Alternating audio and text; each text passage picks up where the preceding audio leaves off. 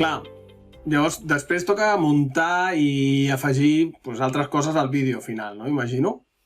Sí, això al final és més planificació i més agenda, perquè a banda de sincronitzar l'àudio i el vídeo, que és relativament fàcil si en fem el tema de la claqueta, que t'he dit, cal també alternar els talls i alternar els plans, perquè en una conversa ja sabràs que hi ha un canvi d'interlocutor i així podem veure les preguntes i les reaccions de qui parla i de qui escolta també. Vale. I també s'han d'afegir les caràtules, les caretes, no? D'inici i de final. Exacte.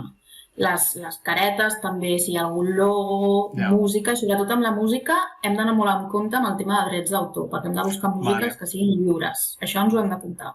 Vale. I el tema dels rètols, no? Amb els noms, els càrrecs o... Sí, hem de posar cairons també, que és com es diuen aquests rètols, i també els inserits. Sempre s'aprèn alguna cosa. Espera, inserits?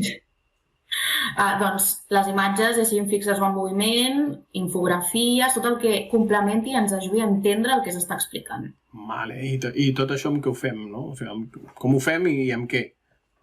Doncs després de la gravació necessitem un editor de vídeo, sobretot que sigui no lineal.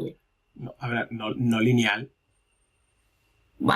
Això, per explicar-ho d'una manera ràpida, vol dir que per editar i fer el muntatge final de l'audiovisual no cal fer-ho d'una manera seqüencial. És a dir, no t'obliga a començar pel principi i acabar pel final, sinó que pots anar tallant, canviant, movent una mica les peces del trencaclosques d'ordre i la veritat és que la majoria d'editors ja són així, però és important també fixar-se.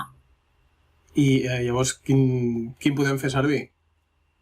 Doncs mira, jo et diria que siguin així gratuïts i que siguin potents. Tenim el Canva, si no el CapCut, i també podríem passar per l'OpenShot o fins i tot, si ja tenim alguns coneixements previs, et diria el DaVinci Resolve.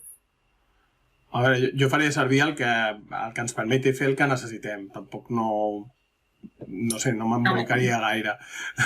Ho entenc, però jo crec que el criteri va una mica més enllà. Per exemple, els dos primers que t'he mencionat, el Canva i el CapCut, funcionen en línia i són els més bàsics, però tot i així els resultats són prou bons. I els altres dos, l'OpenShot i el DaVinci Resolve, funcionen al nivell local i han de ser compatibles amb el sistema operatiu que tinguem en els dispositius que treballem, ja sigui l'ordinador o un altre dispositiu. I aquests en línia, a veure, necessiten registre o com va això? També, si necessiten registre, i a més hi ha la versió gratuïta, després hi ha la versió de pagament, que òbviament inclou més funcionalitats. I l'OpenShot i el DaVinci Resolve són gratuïts i de codi obert. I en concret el DaVinci també té aquesta versió de pagament, que jo crec que té sentit com si ets més professional i necessites més eines. I a més el DaVinci Resolve el que passa és que la corba d'aprenentatge que has de fer és com molt més pronunciada que no pas en d'altres. Jo crec que aquest el descartaria, llavors... Sí, jo faria servir l'OpenShot.